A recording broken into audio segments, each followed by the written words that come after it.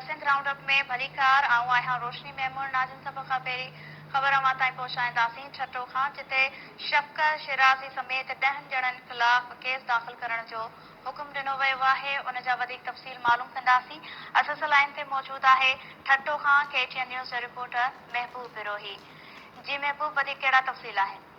जी रोशनी, सिजावल में तेज डाको वारे इलाइक़े में ज़मीनी तकरार सां शिराज़ी सूआ बिरादरी विच में अंदर तकरार शिदत इख्तियार करे वरितो आहे, जंहिंमें MP यूसुफ जो चाचो आहे सीनियर वकील आहे गुलाम रसूल सूओ, उन 22A जी दरख़्वास्त दाख़िल कराई हुई स्टेशन जज ठठो जी अदालत में, जेका पोइ हुनजी ॿुधणी थी ऐं अॼु जो फ़ैसिलो एडिशनल सिविल जज ठठो जी अदालत ॿुधायो आहे, जंहिंमें ठठे जे अॻूणे ज़िले नाज़िम शफ़क़त शाह शिराज़ी ऐं कापई बिरादरी जे 10 खां मथे माण्हुनि जे ख़िलाफ़ जेका सूआ बिरादरी जी ख़ासि तौर ते गुलाम रसूल सूओ जेको एडवोकेट आहे, उनजी ज़मीन ते मुबैना तौर ते कब्ज़े ऐं खेनि धमकाइण जो इल्ज़ाम में केस दाख़िल करण जो हुकुम जारी कयो वियो आहे। सिजावल पुलिस खे हुकुम ॾिनो वियो आहे त उनजो बयान रिकॉर्ड करे अहिड़ो केस दाख़िल कयो वञे। जॾहिं त साॻिए वक़्तु शिराज़ी जा जेके हामी आहिनि कापाई बिरादरी जो चङो मुड़ुसु आहे अलानो कापाई, उन पिण ठठे जी अदालत में दरख़्वास्त दाख़िल कराई आहे। उन पिण इहो मौक़ो इख्तियार कयो त सदर ज़मीन ते एडवोकेट जेको वकील आहे गुलाम रसूल सूओ, उन कब्ज़ो कयो आहे।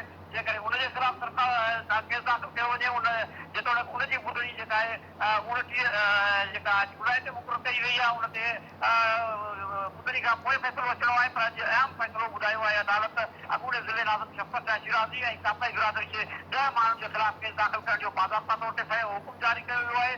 जेका पोइ हाणे शाम जो जेको आहे वकील बिरादरी उते पहुची रहिया आहिनि केस दाख़िल करण जो, पर अञा ताईं केस दाख़िल न थियो आहे। त अलबत्ता अदालत जी तरफ़ां अहिड़ो हुकुम जारी थी चुको आहे। वॾी महिरबानी नाज़िन ठठो खां महबूब बिरोही असांखे तफ़सील ॾिना आहिनि। ख़बर मां ताईं पहुचाईसीं त शफ़क़त शिराज़ी समेत 10 ॼणनि ख़िलाफ़ केस दाख़िल करण जो हुकुम ॾिनो वियो आहे। उन हवाले सां ठठो खां महबूब बिरोही असांखे तफ़सील ॾिना आहिनि।